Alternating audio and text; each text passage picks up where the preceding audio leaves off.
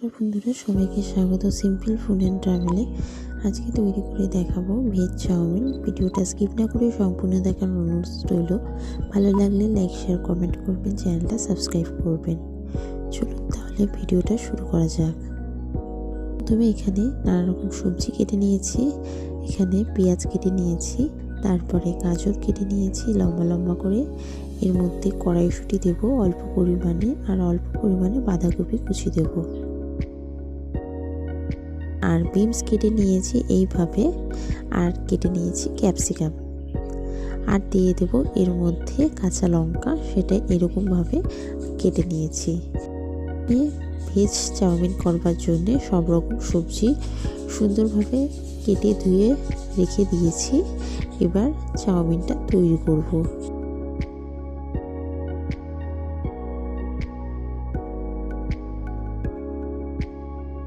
প্রথমে কড়ার মধ্যে জল নিয়ে নিলাম পরিমাণ মতন। আপনারা যেই পরিমাণে চাউমিন করবেন সেই পরিমাণে জলটা ব্যবহার করবেন। জলের মধ্যে 1 চামচ নুন আর 1 চামচ সাদা তেল দিয়ে চাউমিনটা দিয়ে দিলাম। দিয়ে চাউমিনটা 5 মিনিট ফুটতে দেব। আপনারা যে কোনো ব্র্যান্ডের চাউমিন ব্যবহার করতে পারেন। যারা চ্যানেলটি এখনও পর্যন্ত সাবস্ক্রাইব করেননি, অবশ্যই চ্যানেলটি সাবস্ক্রাইব করে দেবেন। একবার নাড়াচাড়া করে নিলাম। একটা বাটিতে 3 চামচ ভিনেগার নিয়ে নিলাম, আর নিয়ে নিলাম 2 চামচ ডার্ক সোয়া সস, আর এর মধ্যে দিয়ে দেব 1 চামচ রেড চিলি সস আর 1 চামচ গ্রিন চিলি সস। আপনারা এর মধ্যে গ্রিন চিলি সস আর রেড চিলি সস আপনাদের ইচ্ছা মতন ব্যবহার করতে পারেন।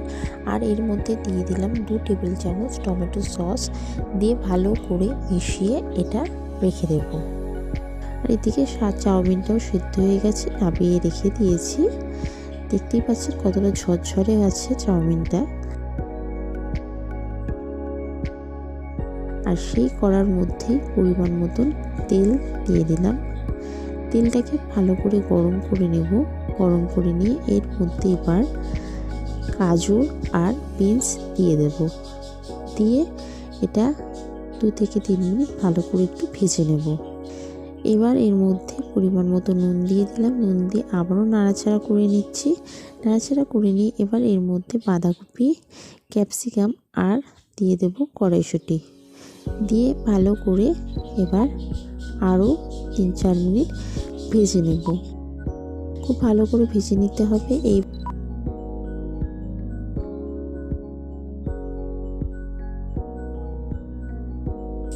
এবার এর মধ্যে আদা বাটা আর রসুন বাটা দিয়ে দিলাম পরিমাণ মতন, আর দিয়ে দিলাম কাঁচা লঙ্কা কুচি।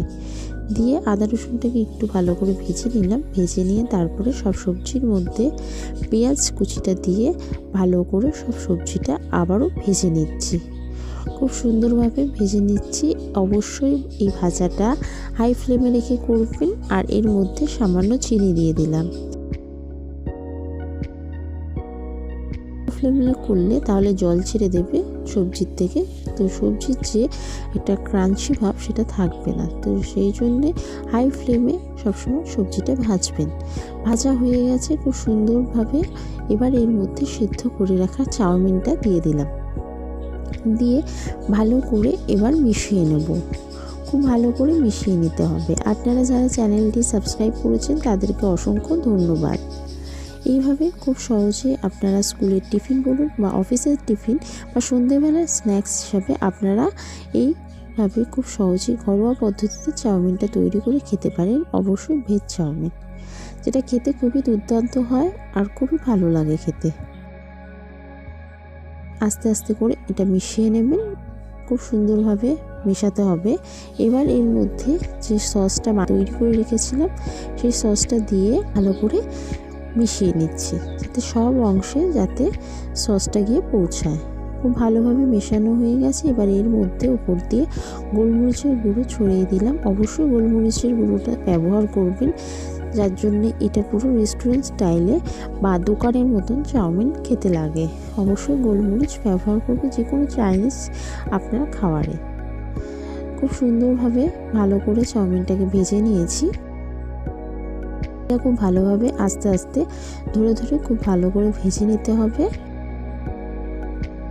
চাউমিন করলে খেতে খুবই দুর্দান্ত হয় আর খুবই সুন্দর লাগে খেতে। চাউমিন পুরো তৈরি হয়ে গেছে, দেখতেই পাচ্ছেন কতটা সুন্দর হয়েছে।